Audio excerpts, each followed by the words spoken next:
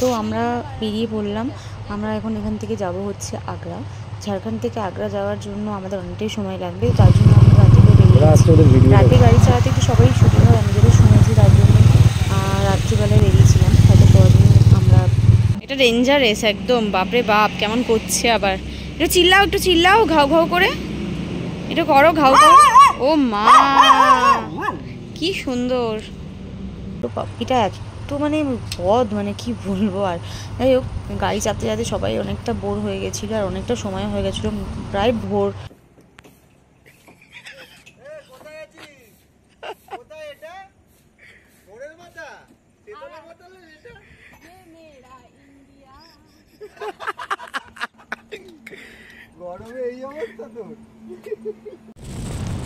চাঁদা চাঁদাতে অলরেডি ভোর হয়ে গেছে, আলোটাও ফুটে গেছে।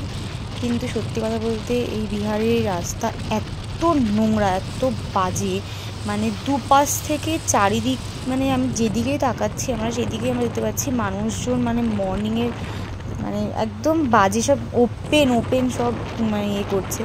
এটা আমার ভীষণ বাজে লেগেছে। মানে ওরা কোনো মেয়ে বা লোকজন মানে না, ওদের ইচ্ছে ওরা যেরকমভাবে সেরকমভাবে যা ইচ্ছে করে। এটা আমি জাস্ট দেখলাম।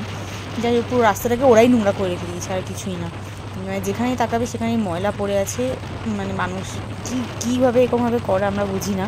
যাই হোক, আমরা অনেকটা পথ ব্রেকফাস্টের জন্য একটা জায়গায় দাঁড়ানো, বেশ ভালো ছিল। এটা আলু পরোটা, এটা পনির পরোটা, আর এগুলো সবজি। আমাদের অলমোস্ট খাওয়া কমপ্লিট। এবার আমরা বেরোবো কোথার দিকে, দিল্লির দিকে, তাই তো।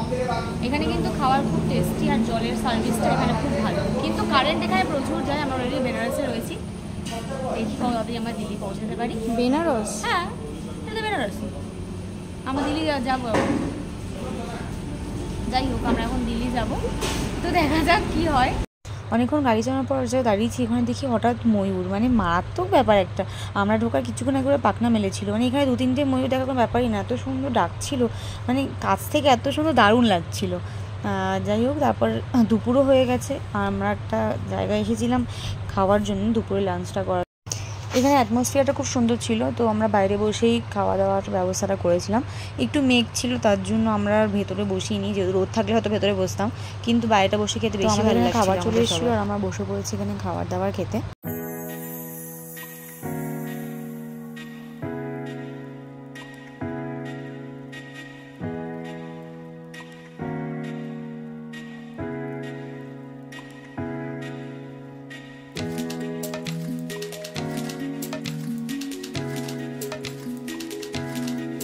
খাওয়া দাওয়া কমপ্লিট করে আমরা বেরিয়ে পড়লাম। মানে মনে হচ্ছে রাস্তা শেষই হচ্ছে না, দিল্লিটা যেন বহুত দূর লাগছিলো। আমি না, মানে কি বোরিং যে লাগছিলো, আর সেরকমই পেন হচ্ছিলো, ব্যাক পেন হচ্ছিলো, পায়ে পেন হচ্ছিলো, মানে বসে থাকতে একদম ইচ্ছে করছিল না আমার কন্টিনিউ এরকম বাইকে। কিন্তু মানে অযথা কিছু করার নেই, আমি ওখান থেকে তো ফিরে আসতে পারবো না, তাই আমি ওখানে বাধ্য হয়ে বসেছিলাম। মানে আমি কাউকে কিছু বলতেও পারছি না, মনে হচ্ছে মানে গাড়ি থেকে ঝাঁপ মারি, আর নয়তো যে চালাচ্ছে তাকে আমরা মানে ধরে ধরে মারি, এরকম মনে হচ্ছিলো। কী বলবো বুঝতে পারছি না আমি।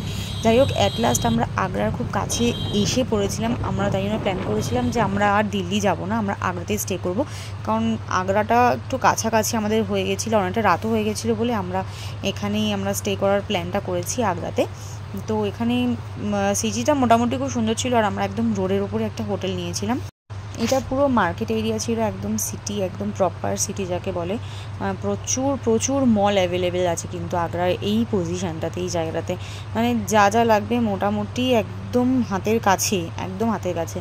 মানে খুব সুন্দর এই পজিশানটা, এই এরিয়াটা খুব সুন্দর ছিল। আর প্রচুর ডিস্ক পাব, মানে ভর্তি রেস্টুরেন্ট, ভর্তি অনেক কিছু ছিল। যাই হোক, অ্যাট লাস্ট আমরা একটা হোটেল অনেক খুঁজে বার করে পেয়েছি, এই হোটেল দয়াল বলে। মোটামুটি রুমটা খুব একটা ভালো আমি বলবো না, কিন্তু এমার্জেন্সি কী করবো, কোনো উপায় ছিল না আমাদের কাছে, তার জন্য আর আগে থেকে কোনো কিছু বুকও করা ছিল না, তার জন্যই আমরা বাধ্য হয়ে হোটেলটা আমাদেরকে নিতে হয়েছে। বাট ঠিক আছে, একটা রাতের তো ব্যাপার, আমরা কোনো মতে অ্যাডজাস্ট করে সবাই মিলে কাটিয়ে ফেলেছি। তো দেখা হচ্ছে নেক্সট ভিডিওতে। Till then, by.